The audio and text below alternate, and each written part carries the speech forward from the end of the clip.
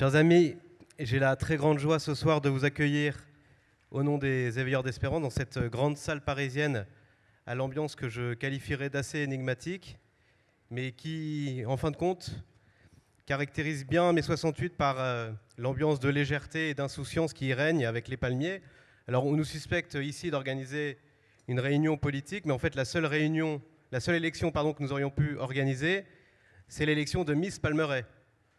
Alors écoutez, malheureusement, nous n'organiserons pas cette élection ce soir, bien que Marion, Elisabeth ou Charlotte avaient toutes leurs chances.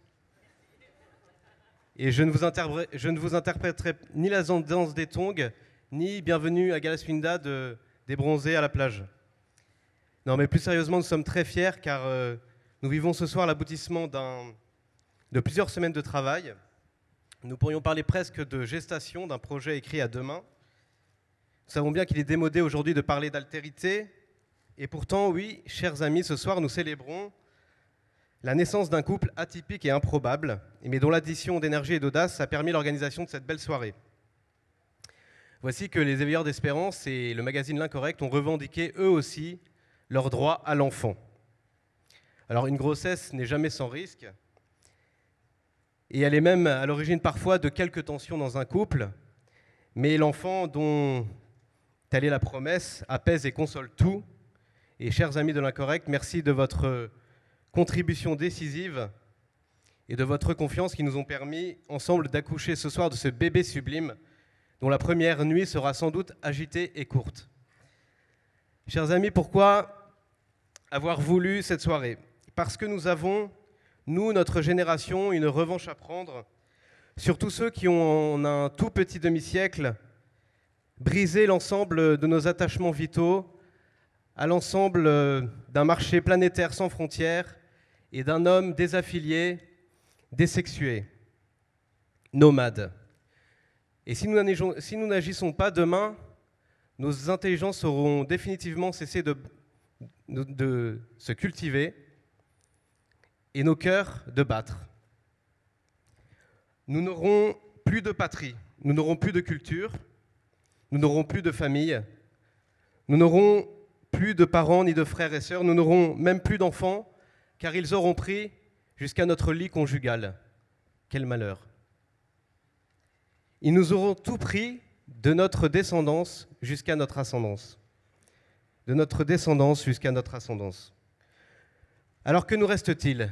Il nous reste la terre charnelle, qui elle ne ment pas et qui nous rappelle à une prophétie plus haute, celle du réel, la promesse d'un avenir qui dépasse nos projections, d'une fécondité qui échappe même à notre volonté.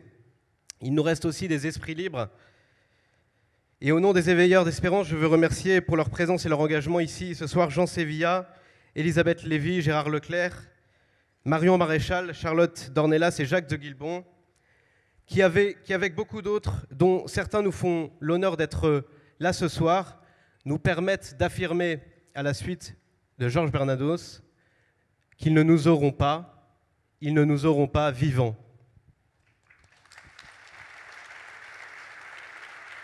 Les Éveilleurs d'Espérance, avec leurs petits moyens devenus ambitieux, mais avec leur grande audace, ont une aspiration, devenir un laboratoire de la reconstruction, en se formant sur des thèmes culturels, économiques, historiques ou politiques au cœur de l'actualité, mais aussi en proposant des moyens d'action et d'engagement concrets au service de la cité et du bien commun. Depuis 3 ans, nous avons reçu d'immenses personnalités, vous les avez peut-être aperçues au début de cette soirée, mais aussi des petits héros discrets du quotidien. Ils ont en commun et au cœur l'amour de la France, mais aussi le désir de servir. C'est idiot, mais nous ne voulons pas mourir, et nous croyons que la vie, comme l'histoire de France, commence toujours aujourd'hui. Non, ils ne nous auront pas vivants. Très belle soirée à tous.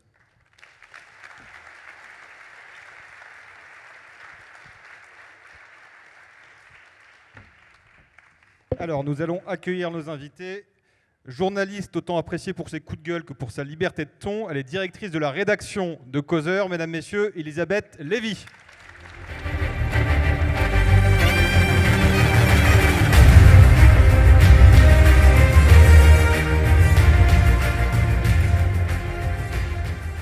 Témoin précieux de son époque, journaliste et intellectuel engagé, il vient de publier Sous les pavés l'esprit, un essai sur mai 68, Gérard Leclerc.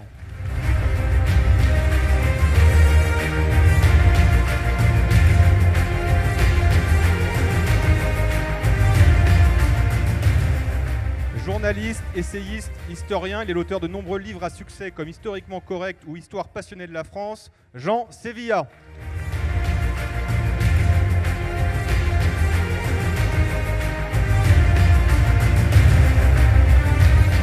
Et cette table ronde sera animée par Pierre Nicolas des Éveilleurs d'Espérance.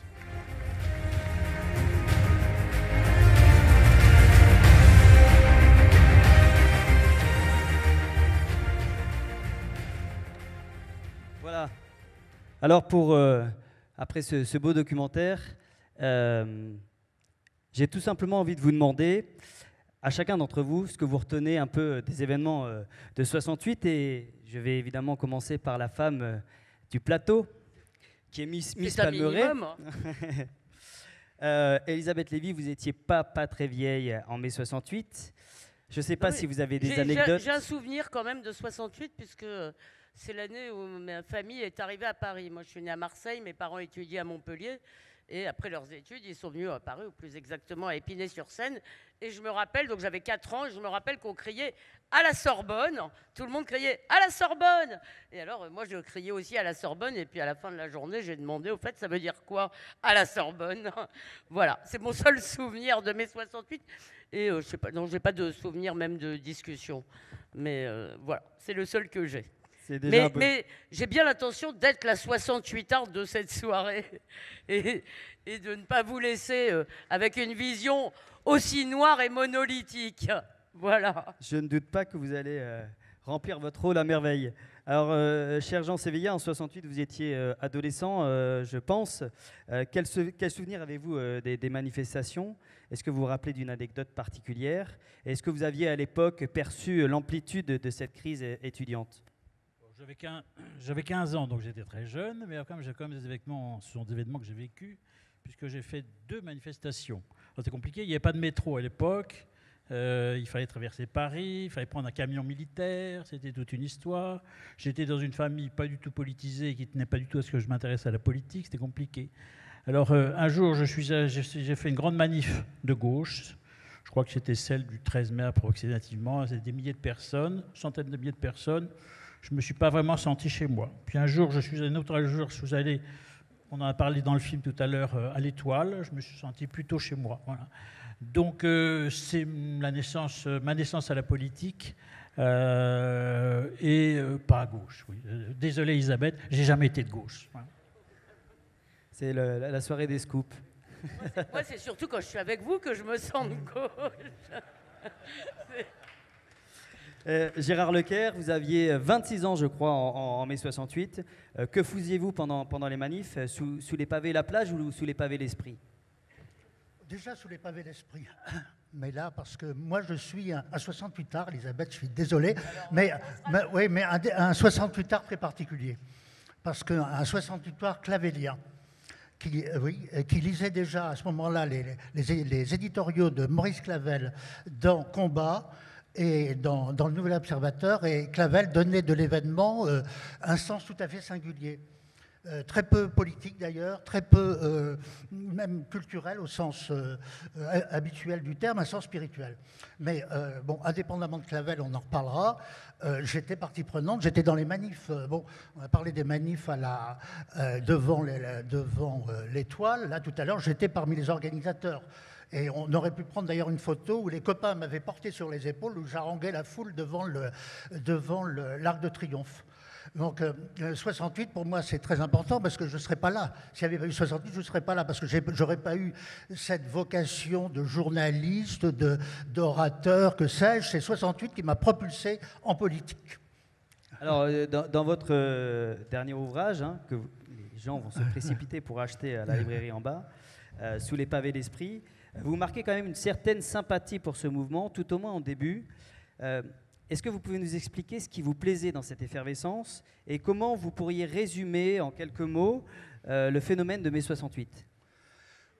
Moi, d'abord, j'étais étudiant à la Sorbonne. J'ai vu les prodromes de mai 68 avec l'agitation groupusculaire des trotskistes et des maoïstes, etc. Mais je ne me figurais pas que ça allait prendre cette ampleur. Parce que ce n'est pas quelques centaines de militants qui pouvaient déclencher 68. En fait, ils ont déclenché le mouvement de ce que Paul Lyonnais, que j'aimais beaucoup, appelait le peuple adolescent. Voilà. Et c'est ce qui a rempli le quartier latin et ce qui a changé d'ailleurs profondément la donne. Parce qu'effectivement, Krivine et les autres voulaient faire la révolution. Et d'ailleurs, certains ont fait une dépression nerveuse parce que ça ne se passait pas selon le schéma 68 arts.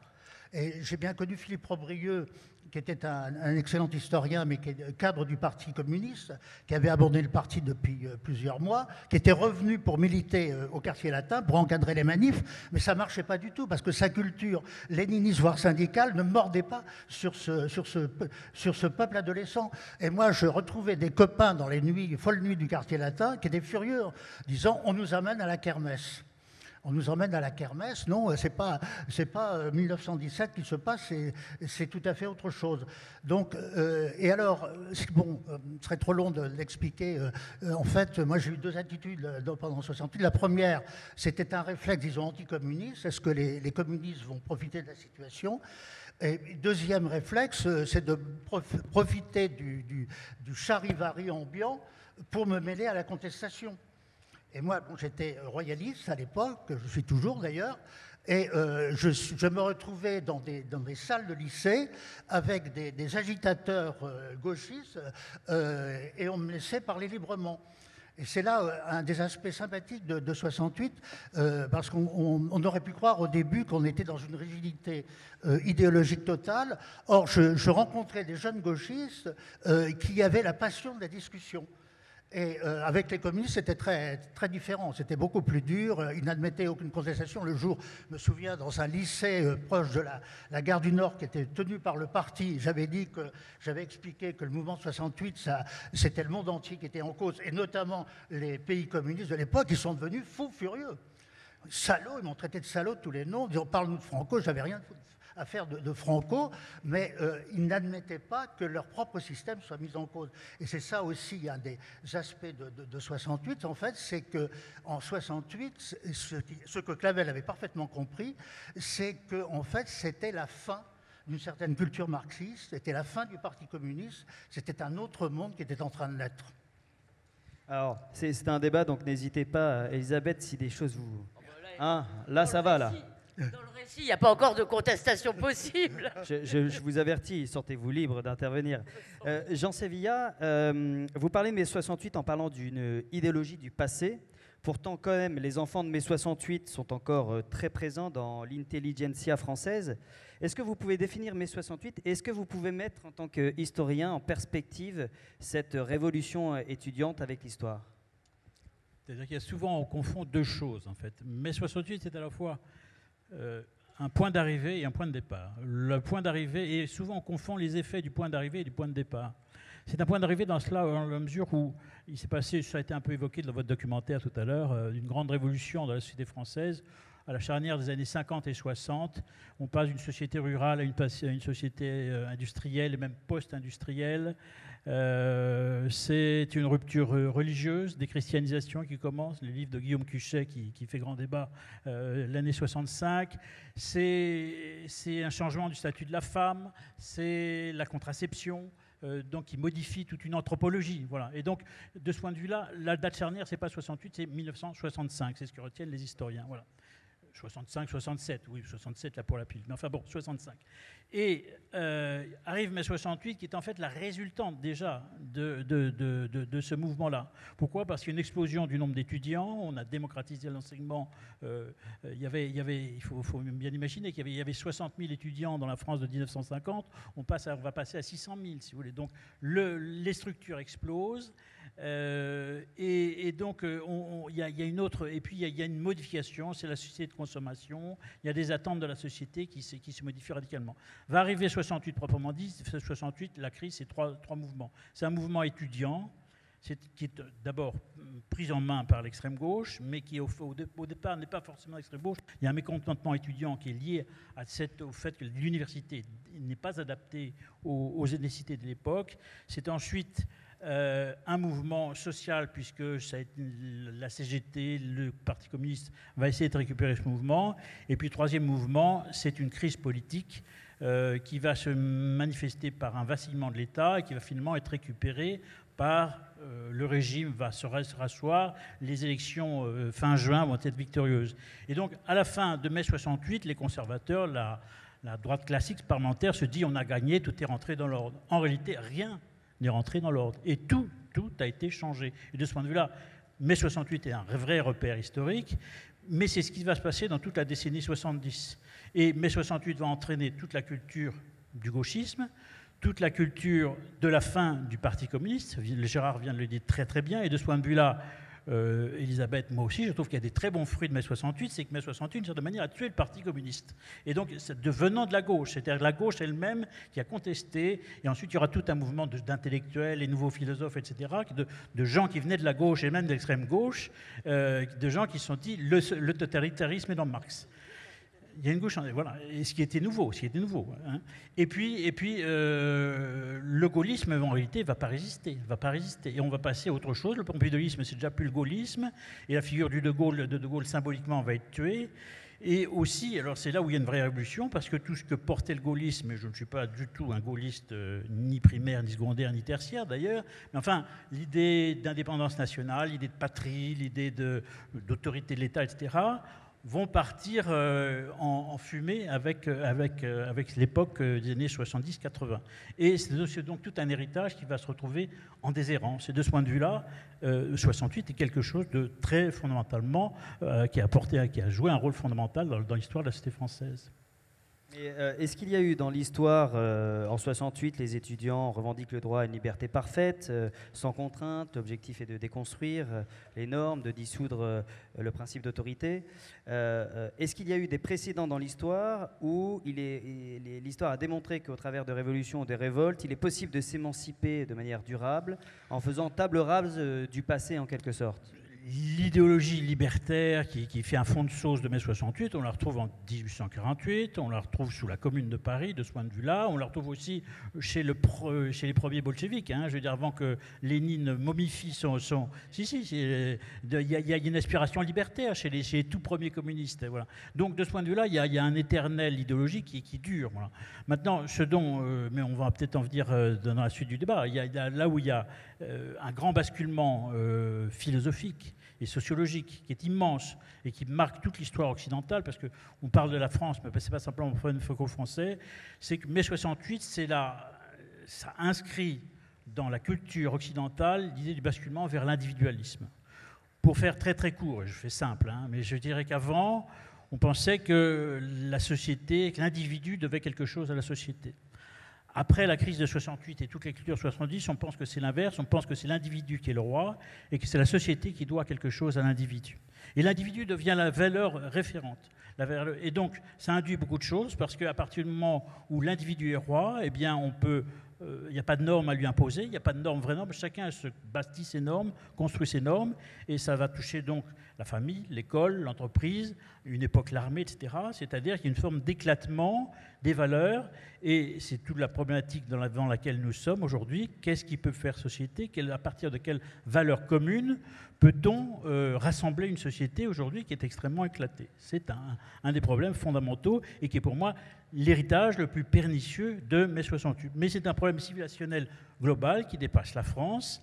De même que les changements de civilisation se font très lentement, mais on ne les répare pas non plus rapidement. Donc il ne faut pas croire qu'on va sortir de la culture de mai 68 par un coup de baguette magique, uniquement par nos bonnes paroles ici ce soir. Alors, mai 68 est souvent décrit comme l'événement fondateur d'une société marquée depuis des siècles par l'autorité du père et qui a réussi à s'en débarrasser. Pour vous, Elisabeth, est-ce que la génération de 68 est parvenue à ébranler la figure du père et a-t-on gagné au change? Bon, évidemment, dit comme ça, la réponse est non. Je vous le dis tout de suite. Qu'on est mais d'accord. avant de vous répondre, je voudrais juste dire un mot quand même d'encouragement à l'incorrect, parce que je sais à quel point c'est difficile aujourd'hui de créer un journal, et je ne sais pas où est Jacques, il doit être par là. Et en plus, on a les mêmes défauts, on procrastine, on est éparpillé. Jacques n'a pas de défaut. Jacques n'a pas de défaut, c'est vrai. Et donc, je voulais dire vraiment bravo pour cette aventure et vous prodiguer tous nos voeux au nom de la rédaction de Causeur. Voilà. Donc, et vous féliciter parce que c'est vraiment dur de faire un journal aujourd'hui. Voilà. Maintenant, d'abord, pour tout ce que vous avez dit, évidemment, je le partage en partie. Après, c'est l'appréciation qu'on en a. Mais mai 68, d'une certaine façon, c'est un phénomène démographique. C'est l'arrivée d'une génération extrêmement nombreuse à l'âge adulte, plus nombreuse que les autres. Et comme l'a très bien remarqué Paul Thibault dans un très bel article qu'il nous avait fait dans Causeur, c'est l'arrivée à l'âge adulte de la première génération qui n'a pas connu la guerre, qui a connu, effectivement, il y a les guerres coloniales, mais si vous voulez, ce n'est pas le même niveau de mobilisation de la nation. Et donc ça, je pense que ça définit beaucoup de choses. Pourquoi je le définis d'abord comme un phénomène démographique? Parce que ce qu'on appelle mai 68 ou l'héritage de mai 68 n'est pas l'héritage d'événements. Il est l'héritage d'une évolution de la société qui a effectivement commencé bien avant. Et du point de vue anthropologique, il me semble que la légalisation et puis l'accès à la contraception est bien plus, je veux dire, a fait une révolution bien plus profonde que beaucoup de choses qui se sont dites. En mai 68, c'est pas le happening, si vous voulez, même si le happening est resté un espèce d'étendard pour les gens qui y étaient, et après tout, on peut tout à fait le comprendre, c'est pas le happening qui a changé les choses. Et pour vous dire, pour essayer de vous faire comprendre pourquoi il y a peut-être des choses à regretter de mai 68, je vais commencer par une image d'aujourd'hui. Xavier Hofer a rappelé, en rigolant, que ça avait commencé par une histoire de pouvoir aller dans les dortoirs des filles. Pendant la journée, hein, je vous rassure, tout ça était très convenable. Aujourd'hui, si vous voulez, quand je vois, aujourd'hui, si vous voulez, un certain nombre d'organisations étudiantes, quand je vois la présidente de l'UNEF, qui a parfaitement le droit, comme on l'a répété, de porter son voile, il n'empêche que ce n'est pas un signe, c'est plutôt un signe, disons, de séparatisme sexuel. Quand je vois, si vous voulez, leur demande, même la demande du féminisme d'aujourd'hui, qui est extrêmement pudibond, qui demande que des sanctions, des contrôles, du flicage, je me dis, mais je regrette mai 68, oui, non mais et là je suis tout à fait sérieuse, le féminisme En fait, la réalité, c'est que toutes les femmes le racontent dans tous les documentaires, en 68, en gros, elles étaient là pour faire la popote. Mais c'est quand même de là qu'est né un féminisme qui était peut-être foutraque avec ses excès, mais qui était quand même beaucoup plus rigolo que le féminisme d'aujourd'hui. Ça, c'est quand même une chose, me semble-t-il, qu'on peut regretter. Mais il me semble surtout, et là vous n'allez peut-être pas être d'accord, mais vous avez tort. Je vous le dis, il me semble que vous êtes tous des enfants de 68 et que vous êtes des enfants de cet individualisme en grande partie. Et que quand on dit peut-être, moi je ne crois pas qu'il faille débrancher 68, mais je pense qu'évidemment, si vous voulez, c'est qu'il y avait dans ce mouvement et dans tout ce qui s'est passé dans ces années-là des éléments d'émancipation sur lesquels aucun d'entre nous ne pourrait revenir.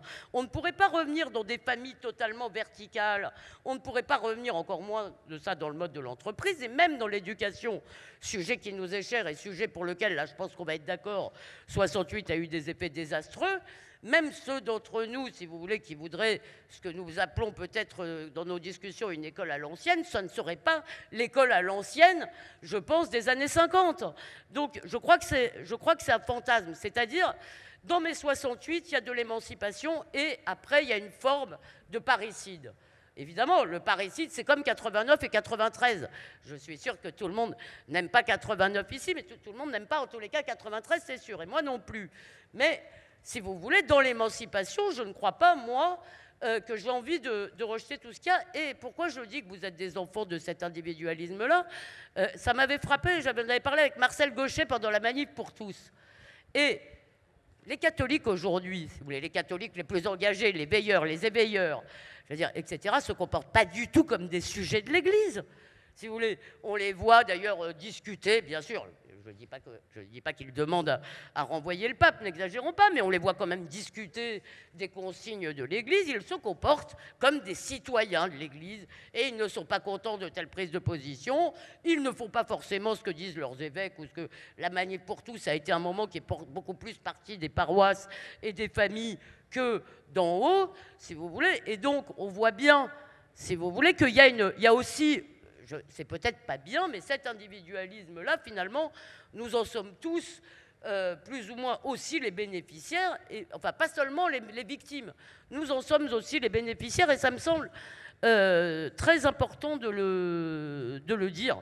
Voilà, donc et ça me permet peut-être de dire une chose que j'avais envie de vous dire aussi très amicalement ce soir, parce que je vous entends dire que nous luttons contre une pensée unique, qui est de fer, etc. Là, les amis, il ne faut pas totalement charrier.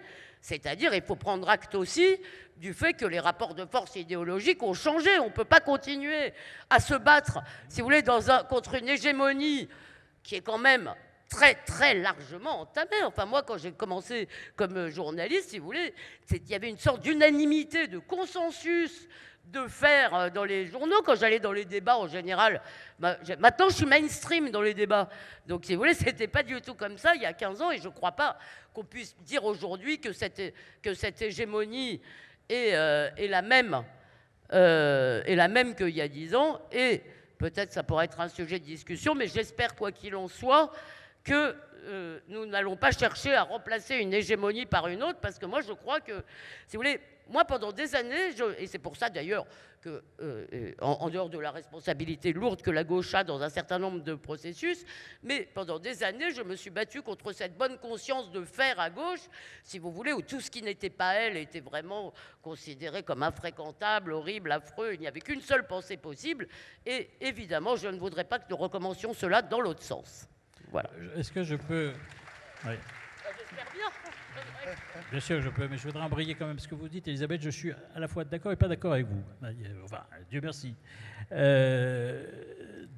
C'est évident, d'abord, l'histoire, on ne la refait jamais. Moi, je pense qu'il faut débrancher mai 68, mais débrancher 68, ça ne veut pas dire qu'on va revenir à la société des années 60 et des années 50. Ça n'est pas possible. On ne revient jamais en arrière. Voilà. Et de toute façon, il est évident que nous sommes tous, d'une certaine manière, et moi aussi, moi qui suis un vieux réac, de la vieille droite catho, je suis moi aussi à ma manière un enfant de mai 68. C'est évident que dans les familles, on ne vit plus comme on vivait il y a 50 ans et on ne reviendra pas comme ça. Voilà. Maintenant, il y a les limites aussi de ce que vous dites, enfin pas de ce que vous dites en soi, mais du principe que vous affirmez. Quand on dit l'individualisme est bien en soi, oui et non. Je veux dire, en même temps, nous en mourons d'une certaine manière. Bon, alors moi, d'accord, je dis que, voilà, on a voulu, mai 68 a voulu enterrer, j'allais dire, la verticalité, pour faire court. On s'aperçoit qu'on a besoin de verticalité. On a besoin de verticalité dans l'État, on en a besoin à l'école, et on en a aussi besoin, d'une certaine manière, dans l'éducation. Mais vous ne la toléreriez plus dans un couple? Plus personne ne la tolérerait dans un couple, enfin très peu de gens. Ah bah pas chez moi, oui, parce que... Bah voilà, oui, bon, ça je m'en doute bien. mais donc, non mais, par exemple, simplement, si vous voulez, ce qui nous paraît aujourd'hui être une norme absolue, je ne pense pas que ce soit mai 68 en tant que tel, si vous voulez, qui nous l'ait apporté, mais l'égalité entre les hommes et les femmes nous paraît être, je pense, une norme. Et je dis d'ailleurs, je pense qu'il faut défendre la différence aujourd'hui qui, elle, est menacée. Mais... je veux dire, vous ne remettez certainement pas ça en cause. Donc il y a un certain nombre de verticalités. Je pense je le que sais bien. Oui, je sais, mais... Donc il y a un certain nombre de verticalités, si vous voulez, qui sont tout à fait légitimes et d'autres qui le sont moins. Donc je disais qu'il y a une part de l'individu en nous, si vous voulez, qui, je pense, a bénéficié de ces libertés, de cette émancipation. Et puis il y a aussi, ça je suis sûr que Gérard aura une réponse à ça, le fait qu'on se retrouve aussi aujourd'hui. Le truc, si vous voulez, c'est qu'en 68, ou dans ces années-là, il y a des libertés à conquérir, effectivement. Aujourd'hui, on est plutôt confronté au problème de la liberté, si vous voulez. C'était une société très corsetée, hein, très, très napoléonienne pour beaucoup de choses, hein, c'est évident. Gérard Leclerc. Je suis aussi d'accord et pas d'accord. Mais il y a quand même pour moi un problème philosophique de fond. L'émancipation, par exemple, la pilule, etc., ça se traduit par ce que le professeur Chonu, à l'époque, appellera le changement des attitudes fondamentales devant la vie. qui aura ses marqueurs statistiques. D'un côté, le refus de l'engagement. Ça, c'est quand même un mauvais côté de l'individualisme, le refus de l'engagement dans la durée. Et deuxièmement, la chute démographique de l'Europe, l'hiver démographique de l'Europe, qui aujourd'hui. Alors la France en est pas trop mal sortie jusqu'ici, mais quand on regarde ce qui se passe en Allemagne, ce qui se passe en Italie, ce qui se passe en Espagne, on se trouve devant un problème politique considérable. Et ce qui rend d'ailleurs encore plus tragique la question de des migrations. Parce que quand Mme Merkel accueille 1 million de migrants, c'est pas seulement parce que c'est une bonne âme, mais c'est aussi parce qu'elle en a besoin pour son économie. Et ça aussi, c'est le fruit de cette évolution des mœurs, qui a aussi des aspects très graves du point de vue de la société. Autre aspect des choses, il y a, quand même la dérive philosophique. La dérive philosophique, pour moi, c'est, je l'ai dit d'ailleurs tout à l'heure dans le film, c'est l'Anti-Oedipe. Ce livre écrit par Deleuze et Guattari en 1972, qui va être la Bible des gens de libération, par exemple, qui est l'attaque même du noyau nucléaire de la société qui est la famille. Alors, évidemment, il y a une façon de défendre la famille un peu bête, etc., un peu beauf, etc., mais en même temps, la famille, c'est quand même terriblement important. C'est ce qui nous permet de vivre, c'est ce qui nous permet de respirer. Et puis le rapport fondamental, le premier rapport, comment dirais-je, fondamental de la politique, pour moi, c'est la famille. Alors c'est pour ça que, personnellement, je suis très éloigné de toutes les philosophies politiques modernes, parce que ce soit Rousseau, Hobbes et compagnie, c'est que, comment dirais-je, leurs sociétés sont des sociétés sans enfants, où le rapport fondamental de paternité n'est pas posé. Ça demanderait une explication philosophique un peu... Pardon ? De quelle société ? La philosophie moderne du contrat ne tient pas compte du rapport fondamental et de ce que Pierre Boutan appelait la naissance. Voilà. Et pour moi, c'est la naissance qui est le pivot même de toute société, de toute existence sociale. Par ailleurs, c'est là où je retrouve mon ami Clavel. Comment Clavel a considéré 68 ? Clavel a considéré 68 comme une immense dépression sociale qui ressemble terriblement à la dépression qu'il avait vécue dans les années 60. Clavel, esprit extraordinairement brillant du Paris branché de l'époque, au milieu des années 60, il sombre dans une dépression nerveuse dont il n'arrive pas à sortir. Et puis il va avoir des psys, etc. Puis il y a un psy qui lui dit, monsieur Clavel, je ne peux rien pour vous, vous allez voir un prêtre. Clavel est très surpris, il va voir un psy juif, celui-là ne va pas m'emmerder avec les curés. Le psy juif lui dit la même chose, monsieur Clavel, je ne peux rien pour vous, il faut aller voir un prêtre. Et du coup, Clavel ira voir un grand spirituel de l'époque, le père Caffarel, il se convertira et il deviendra pratiquant de la messe quotidienne au moment où les paroissiens désertent en masse la messe hebdomadaire. Et Clavel, en fait, va vivre l'événement 68 à la façon dont il a vécu sa dépression personnelle. Pour lui, le 68, c'est une formidable dépression où tous les problèmes sont posés, où tous les dossiers sont ouverts. Le problème est de savoir ce qui va en sortir. Lui, il espère que va en sortir le meilleur et l'esprit, précisément. Une révolte, comment dirais-je, un sursaut vers l'esprit. Alors, ce qui est marrant, c'est qu'il il est entouré par les plus gauchistes des gauchistes, les plus fous, les plus allumés. D'ailleurs, lui, un peu allumé aussi, heureusement. Hein. Mais ce que perçoit Clavel chez un certain nombre de ces garçons, c'est que leur extrémisme, en fait, ne peut pas se satisfaire de solutions, je dirais, primairement politiques. Ils attendent autre chose. Et il aura raison, par exemple, je pense à un Pierre Victor qui redeviendra Béni Lévy, qui terminera dans une yeshiva à Jérusalem et qui, entre-temps, aura réussi ce prodige incroyable de convertir Sartre à Lévinas. Vous voyez ? Alors ça, c'était ce que... C'est quand même d'abord Sartre qui l'a converti à Mao. Hein. Oui, mais après, c'est lui qui a converti Sartre à Lévinas, ce qui est quand même un prodige extraordinaire.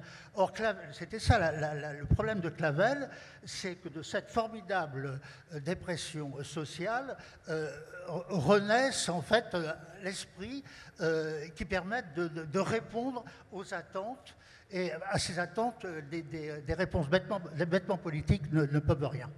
Alors, Elisabeth, je vous relance un petit peu sur ce sujet. On vous a déjà reçu dans le cadre des Éveilleurs d'Espérance. On a quand même quelques points fondamentaux sur 68. On parle de révolution sociétale, de jouir sans entrave, de liberté sexuelle, d'évolution des mœurs, etc. Et là, sur ces sujets-là, vous êtes 68ards, et d'ailleurs, vous le revendiquez quand même un peu. Mais pourtant, dans cette... 68ards, disons tant que ça concerne la liberté des adultes consentants. C'est-à-dire, quand on me dit... Quand des gens me disent « mais qu'est-ce que ça peut faire si nous on veut faire des enfants comme ça ?» Je dis « bah non, tu peux pas te préoccuper des impôts que je paye et puis dire que chacun fait des enfants comme il le veut dans une société et que ça ne concerne pas les autres, si vous voulez. » Donc, Mais c'est une des conséquences de 68, parce que justement, cette liberté sexuelle, cette évolution des mœurs, aujourd'hui, amène quand même à des sujets importants, la PMA, la GPA. C'est pas les conséquences de 68. Même dans les pays où il n'y a pas eu 68, ça existe. En Inde, je ne suis pas sûr qu'il y ait eu 68, si vous voulez, et vous avez aussi ce mouvement-là. Je veux dire, non, mais c'est un mouvement qui, je crois, n'est pas simplement lié à un événement. Si vous voulez. Mais ça, je suis tout à fait d'accord avec Elisabeth. Il faut parler comme les anglo-saxons des 60s. Oui. À ce moment-là, c'est les 60s qu'il faut. C'est même pas une conséquence, c'est-à-dire c'est un moment où se cristallise un certain type d'aspiration. Si vous voulez, et encore une fois, je veux dire, la question, quelqu'un a parlé, vous avez parlé, je crois, je ne me rappelle plus de votre prénom, du droit d'inventaire tout à l'heure, mais il me semble, c'est là où je ne suis pas d'accord avec vous. Moi, il y a des choses que je récuse, et là, vraiment, je pense qu'on peut parler de l'école, mais on pourrait aussi, disons, dire que d'une certaine forme de mondialisation démarre avec cette pensée-là, si vous voulez. Donc tout ça, on peut être d'accord. Mais oui, de fait, sur les mœurs, si vous voulez, je ne suis pas prête à vivre dans un monde sans contraception, non ? Oui. Et vraiment pas. Et pour expliquer, si vous voulez, qu'on peut mettre des limites, je trouve que c'est une révolution absolument positive d'avoir pu, en quelque sorte, déconnecter la sexualité de la reproduction, dans le sens où vous pouviez avoir sexualité sans reproduction. En revanche, l'étape d'après, qui consiste à avoir une reproduction sans sexualité, et dans le fond, en passant par-dessus la différence des sexes, qui était quand même le point de départ, me paraît être beaucoup plus, pas du tout une bonne chose. Mais je crois qu'on ne va pas continuer, si vous voulez, on ne peut pas continuer plus de 50 ans après à raccrocher tout ce qui nous arrive à mai 68. C'est parce que vous avez fait... Ce que je voulais vous dire, en fait, c'est qu'il me semble que dans la droite intellectuelle, mai 68, c'est le repoussoir. Mais ça me paraît être un peu exagéré de mettre autant de choses sur le dos de 68. Voilà. Non, il y a quand même, Elisabeth, il y a quand même un problème philosophique. C'est ce que notre ami Jean-Pierre Le Goff appelle le gauchisme culturel. Oui, bon, le gauchisme culturel, pour dire les choses rapidement, c'est qu'on est passé en fait de Marx et de Lénine à Wilhelm Reich et à Marcuse. Bon. Parlez dans le micro. Pardon, Wilhelm Reich et Marcuse, qui sont les deux, à ce moment-là, en 68, oui, l'antipsychanalyse, etc. Oui, mais alors le problème, c'est qu'avec ces deux personnages, on arrive à une déconstruction, en fait, non seulement du lien social, mais aussi de la construction éthique de l'individu. Et c'est un éclatement anthropologique dont les conséquences, pour moi, sont gravissimes. Aujourd'hui, où nous nous trouvons devant une révolution technique, celle du cyborg, celle du transhumanisme, etc. Et dès lors que nous avons perdu nos fondements philosophiques, nous n'avons plus de défense devant ces menaces considérables. Alors, la difficulté, c'est que toutes ces choses ont été quand même assez largement voulues par les peuples. Et quand on parle, par exemple, du néolibéralisme, qui serait aussi une des conséquences de 68, moi, je dis toujours, d'accord, mais c'est pas simplement venu d'en haut parce que Reagan et Thatcher ont décidé un jour qu'il fallait faire comme ça. C'est parce qu'il y avait une demande des populations. Les gens voulaient acheter leur iPhone au prix du travail chinois et avoir leur usine, évidemment, en même temps. Ça, c'était pas possible. Mais, donc, il y a aussi des demandes contradictoires des sociétés. Ce ne sont pas des événements qui ont été en quelque sorte imposés, ni même, je crois, si vous voulez, je ne crois pas que ce soit le fruit d'une avant-garde militante. Non, c'est évident. Moi, d'ailleurs, j'avais commencé tout à l'heure en disant qu'il ne faut pas confondre 68 et ce qui a précédé. C'est une résultante. Maintenant, les peuples n'ont pas toujours conscience, et ce qui va être leur bien, si vous voulez. Je veux dire, c'est un vrai. Ça ne suffit pas à légitimer une demande populaire pour une certaine tendance, pour une certaine évolution. Le consentement Je ne voulais pas le légitimer, je voulais juste dire qu'on ne peut pas l'imputer. On ne peut pas l'imputer à la méchante gauche ou à des méchants pouvoirs. Voilà. Je suis d'accord. Mais enfin, les grandes évolutions de la société restent redevables d'un inventaire critique. Voilà. Et même si les gens ont consenti à, ils ont pu consentir à quelque chose qui en réalité n'a pas servi le bien commun, il ne les a pas servi leur bien privé non plus. Simplement, il faut le temps qu'on s'aperçoive des conséquences. Juste pour quand même finir de répondre à votre question sur les mœurs, je crois quand même que le changement du féminisme, c'est très important, si vous voulez. Et effectivement, il y a quelque chose qui s'est passé du point de vue des mœurs autour de 68 et de ces années-là et qu'on est en train de perdre. Si vous voulez, quelque chose qui est en train de disparaître, parce que je crois que là, on est plutôt en train de vivre une régression de ce point de vue-là. Et vous savez, il y a un très beau poème de Vigny qui se termine par la femme aura Gomorrhe et l'homme aura Sodome. Et en gros, les deux sexes partiront, les deux sexes mourront chacun de son côté. C'est ça qui est en train de se passer, si vous voulez. Et ça me semble pas du tout un héritage de 68, ça me semble plutôt être, par rapport à 68, même une régression ennuyeuse. Mais c'est aussi la conséquence, cette déviation que tu déplores, on l'a vécu dans les campus américains. Et au lendemain de la révolution sexuelle, on est arrivé à un puritanisme complètement dingue. Hein, c'est peut-être l'excès qui a... Mais en même temps, c'est vrai que nous sommes en train de vivre une évolution qui va tout à fait dans le sens du puritanisme américain. Alors, Jean Sévilla, au-delà des slogans un peu romantiques, les conséquences culturelles de mai 68 sont quand même bien visibles dans la société.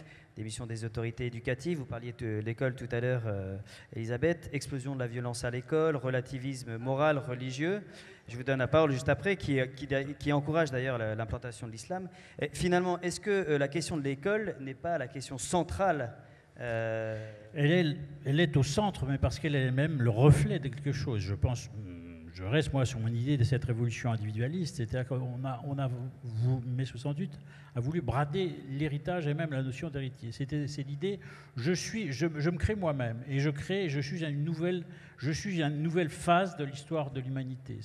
C'est ça la pensée 68. Et je veux dire, on va voir brader la culture bourgeoise, on va donc aussi vouloir détruire le rapport maître-élève parce que c'est l'élève, c'est-à-dire l'enfant qui construit lui-même ses propres savoirs. C'est toute l'histoire du pédagogisme, etc. Mais tout ça, c'est lié à cette même anthropologie. C'est l'idée que, au fond, chacun se définit, se donne ses propres normes. Et je veux dire, s'il n'y a pas de normes objectives, alors entre les normes totalitaires où l'individu n'a pas l'espace pour respirer, ce que je refuse et qui d'ailleurs n'a jamais existé dans l'histoire de l'Occident, ça c'est un fantasme. Mais le moment où il n'y a plus de normes du tout, si vous voulez, c'est là où on est passé dans cette phase-là. On est en train d'y revenir, mais c'est très long, c'est très lent. Et je veux dire, et de ce point de vue-là, évidemment, malheureusement, l'éducation nationale est un grand conservatoire de la pensée 68. Parce que les fondamentaux restent pédagogiques, restent dans cette idée-là. On est l'idée qu'il faut d'abord, l'école est d'abord pour transmettre un savoir et qu'il y a forcément que toute transmission du savoir passe par un rapport hiérarchique entre celui qui sait et qui ne sait pas et qui doit apprendre, et que comme l'enfant n'est pas naturellement discipliné, bien ça suppose éventuellement de passer par des sanctions, ce que tout père ou mère de famille sait.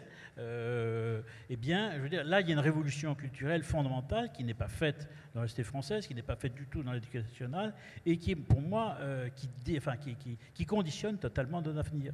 Et c'est pas simplement l'éducation au sens des savoirs, c'est tout un rapport à la culture, c'est un rapport au monde, c'est un rapport à notre histoire, c'est un rapport qui sommes-nous, est-ce que nous sommes des voyageurs sans bagages, est-ce que nos frontières avaient un sens ou pas, je veux dire, est-ce que tout homme est interchangeable, tout homme a une valeur identique pour moi, enfin, en tant que chrétien. chrétien, c'est évident que tout homme a une valeur. Mais je veux dire, un homme s'incarne dans une histoire, une civilisation, une nation. Est-ce que toutes les nations sont égales? Est-ce que toutes les civilisations sont égales?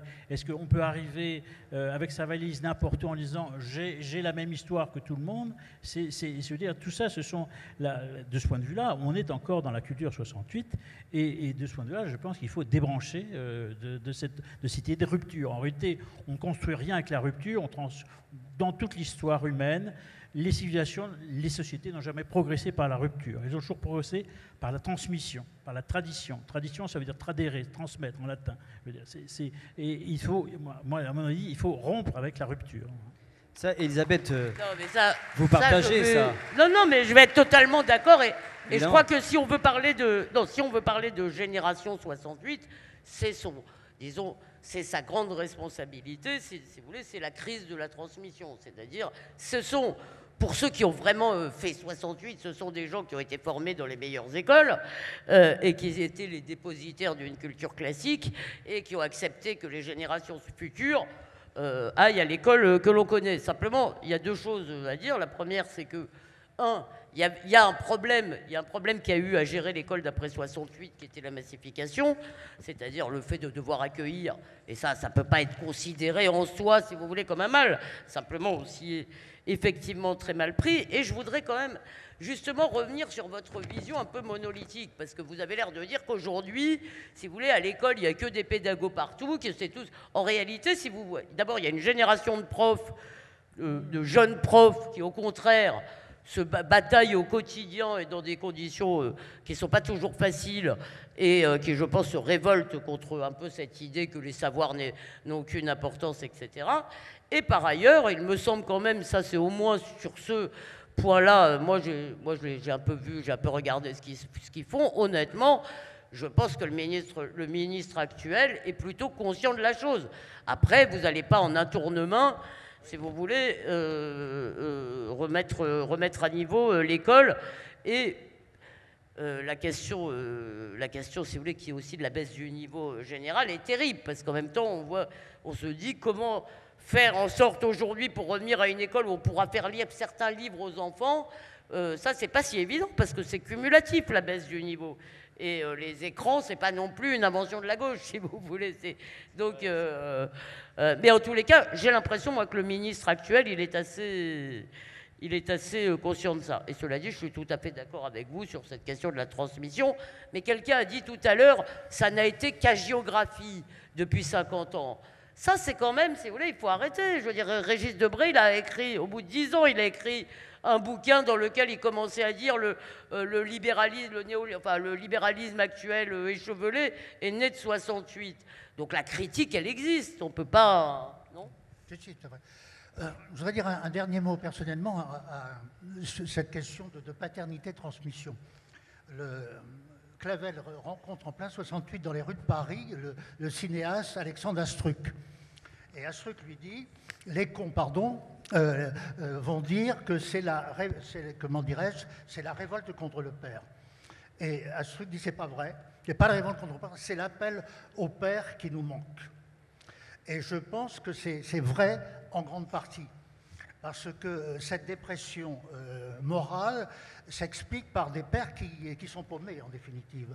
Parce qu'ils viennent du monde d'avant, et le monde des Trente Glorieuses, etc., nous met dans un autre univers, et les idéologies d'autrefois sont caduques, notamment les idéologies, je dirais, sacrificielles.